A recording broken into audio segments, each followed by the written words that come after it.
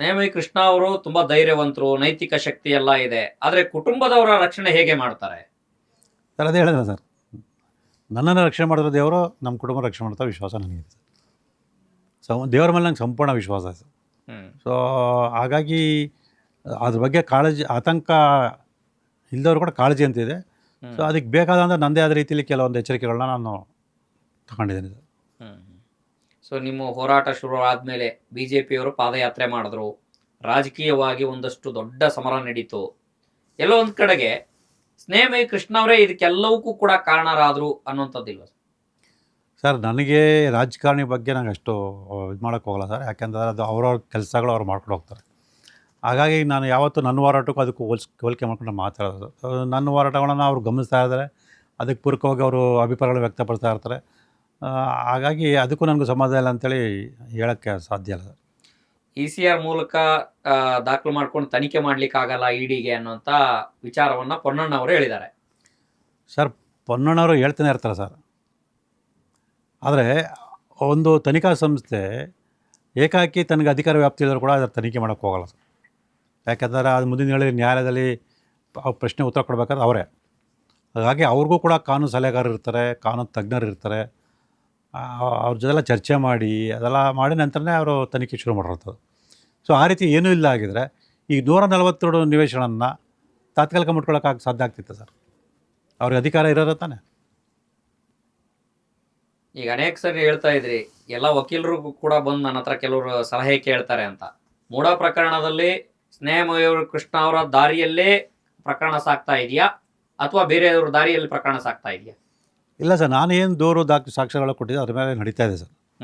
So ಬೇರೆ ಕಡೆ ಹೋದರೂ ಕೂಡ ಕೊನೆ ಅಂತಿಮವಾಗಿ ನನ್ನ ಒಂದು ಏನಿದೆ ಅದನ್ನು ಇಟ್ಕೊಂಡೆ ನಾನು ಆರೋಪ ಸಾಬೀತುಪಡಿಸೋದು.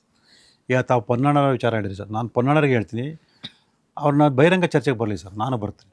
ನನ್ನ ಹತ್ರ ದಾಖಲೆ ಇಟ್ಕೊಂಬರ್ತೀನಿ, ಅವ್ರ ಹತ್ರ ಏನು ದಾಖಲೆಯಲ್ಲಿ ಇಟ್ಕೊಂಬರಲಿ ಸರ್. ಒಂದು ಸೌಹಾರ್ದತೆ ಚರ್ಚೆ ನಡೀಲಿ ಸರ್. ರಾಜ್ಯ ಜನರಿಗೆ ಸತ್ಯ ಗೊತ್ತಾಗಲ್ಲ. ಯಾಕೆ ಸುಮ್ಮನೆ ಒಬ್ಬರು ಗೊಂದಲ ಇಟ್ಕೊಳ್ಳೋದು ಮಾಡೋದು ಬೇಡ.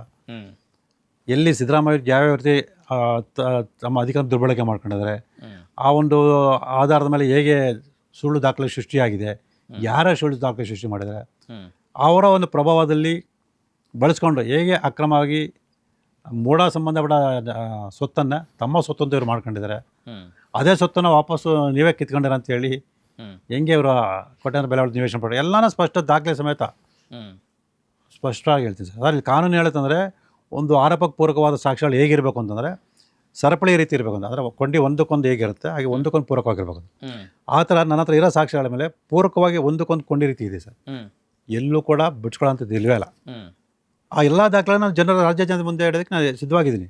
ಅವ್ರು ಬರಲಿ ಬಹಿರಂಗ ಚರ್ಚೆಗೆ. ಸರ್ ಏನು ಬೇಡ ಸರ್, ಒಂದೇ ಒಂದು ಹೇಳ್ತೀನಿ ಸರ್, ಪೊನ್ನಣ್ಣವರು ಅದಕ್ಕೆ ಉತ್ತರ ಕೊಟ್ಬಿಡಿ ಸರ್. ಏನು ಪಾರ್ವತಿಗೆ ನಿವೇಶನ ಹಂಚಿಕೆ ಮಾಡಿದರೆ ಆ ದಾಖಲೆನ ಪರಿಶೀಲನೆ ಮಾಡಿದಾಗ ದಿನಾಂಕ 11/2/2015 ಸರ್ಕಾರದ ಒಂದು ಅಧಿಸೂಚನೆ ಆಗಿದೆ. ಅಂದರೆ UDD 08 TPP 2014 ಸಂಖ್ಯೆಯಲ್ಲಿ ಒಂದು ಅಧಿಸೂಚನೆ ಆಗಿದೆ. ಆ ಅಧಿಸೂಚನೆ ಪ್ರಕಾರ 50-50 ಅನುಪಾತ ನಿವೇಶನ ಕೊಟ್ಟಿದ್ದೀವಿ ಅಂತ ಹೇಳ್ತಾರೆ ಸರ್. ಅವರು ಅಧಿಸೂಚನೆ ನಾನು ಮೊನ್ನೆ ಮಾಧ್ಯಮ ಬಂದು ಮುಖ್ಯಮಂತ್ರಿ ಕೂಡ ಅದೇ ಸವಾಲಾಗ್ತದೆ. ಆ ಒಂದು ದಾಖಲೆ ನೀವು ಇಟ್ಕೊಂಡು ಅಧಿಸೂಚನೆ ಅಂತ ಏನು ಹೇಳ್ತಾರೆ 2015 ಅಧಿಸೂಚನೆ ಅಂತ ಹೇಳಿದ್ರೆ ಅದು ದಾಖಲೆನ ಇಟ್ಕೊಂಡು ಅದರಲ್ಲಿ 50-50 ಅನುಪಾತದಲ್ಲಿ ನಿವೇಶನ ಕೊಡಬೇಕು ಅಂತೇಳಿ ಎಲ್ಲಿ ಉಲ್ಲೇಖ ಇದೆ ತೋರಿಸ್ಕೊಳ್ಳಿ ಸರ್. ನಾನು ಇವತ್ತೇ ನಾನು ಹೊರಡ ನಿಲ್ಲಿಸ್ಬಿಟ್ಟು ನಾನು ಜೈಲಿಗೆ ಹೋಗ್ತೀನಿ ನಾನೇ ಹೇಳಿದ್ದೀನಿ. ಆ ಸವಾಲು ಯಾಕೆ ಇವ್ರು ಸ್ವೀಕರಿಸೋದು, ಅದ್ರ ಬಗ್ಗೆ ಯಾಕೆ ಮಾತಾಡಲ್ಲ? ಒಂದೇ ಒಂದು ದಾಖಲೆ ಸರ್, ಬೇರೆ ಯಾವ ದಾಖಲೆನೂ ಬೇಡ ಸರ್. ಬಾಕಿ ಥರ ಆಮೇಲೆ ನೋಡ್ಕೊಳ್ಳಲ್ಲ. ಇವರು ನಾವು ಕಾನೂನುಬದ್ಧವಾಗಿ ನಿವೇಶನ ಪಡೆದಿದೆ ಅಂತ ಹೇಳ್ತಾರಲ್ಲ, ಅವ್ರ ದಾಖಲೆ ಸ್ಪಷ್ಟವಾಗಿದೆ. 2015 ಅಧಿಸೂಚನೆ ಪ್ರಕಾರ ನಿವೇಶನ ಕೊಟ್ಟಿದ್ದೀವಿ. ಆ ಅಧಿಸೂಚನೆಯಲ್ಲಿ 50-50 ನಿವೇಶನ ಹಂಚಬೇಕು ಅಂತೇಳಿ ಇದೆ ಅಂತ ತೋರಿಸ್ಬಿಟ್ಟು ಒಂದೇ ಒಂದು ತೋರಿಸ್ಲಿ ಸರ್ ಸಾಕು, ಬಾಕಿದು ಬೇಡ.